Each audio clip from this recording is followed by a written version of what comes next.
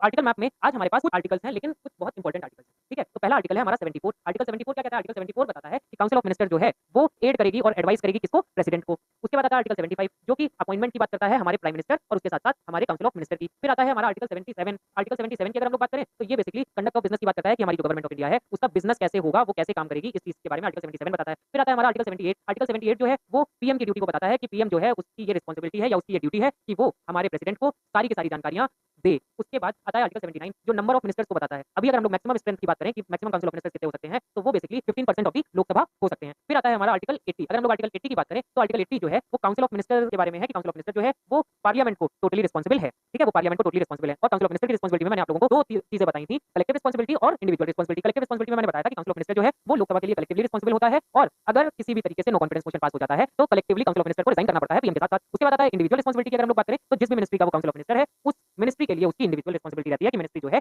वो सही से फंक्शन कर रहा है। फिर आता है आर्टिकल 164। आर्टिकल 164 जो है, वो council of ministers in states की बात करता है। मैंने अभी आप लोगों को minister of state independent charge और मिनिस्टर ऑफ स्टेट के बारे में भी बताया था। ठीक है? इसके बाद हम लोग आ जाते हैं इस पर्टिकुलर लेक्चर के एंडिंग में। प्राइम मिनिस्टर जो है, वो भारत की सरकार का असली लीडर होता है, जो काउंसिल ऑफ मिनिस्टर्स के साथ मिलके हमारे गवर्नमेंट को चलाता है। अपॉइंटमेंट, पावर्स, कलेक्टिव रिस्पॉन्सिबिलिटी जैसे इंपॉर्टेंट कॉन्सेप्ट जो एग्जाम में पूछे जाते हैं, वो मैंने आप लोगों को पढ़ा दिए हैं। इन्हें बहुत अच्छे से समझना आप लोगों के लिए बहुत ज़्यादा इंपॉर्टेंट है क्योंकि एसएससी और यूपीएससी एग्जाम में इनसे बहुत ज़्यादा जल्दी क्वेश्चन आ जाते हैं और बहुत ईज़ी क्वेश्चन होते हैं, ज़्यादा ट्रिकी क्वेश्चन इस टॉपिक से नहीं बनते हैं। तो आप लोगों को याद रखना है कि प्राइम मिनिस्टर की स्ट्रेंथ उसकी मेजॉरिटी पर डिपेंड करती है। अगर प्राइम मिनिस्टर की मेजॉरिटी में हल्की सी भी गिरावट आती है, तो प्राइम मिनिस्टर की स्ट्रेंथ बहुत ज़्यादा वीक हो जाती है और गवर्नमेंट जो है वो पॉलिटिकली इनस्टेबल हो जाती है। तो जब तक हमारा प्राइम मिनिस्टर मेजॉरिटी में रहता है या फिर प्राइम मिनिस्टर के पास लोकसभा की मेजॉरिटी रहती है, तब तक हमारी गवर्नमेंट में पॉलिटिकल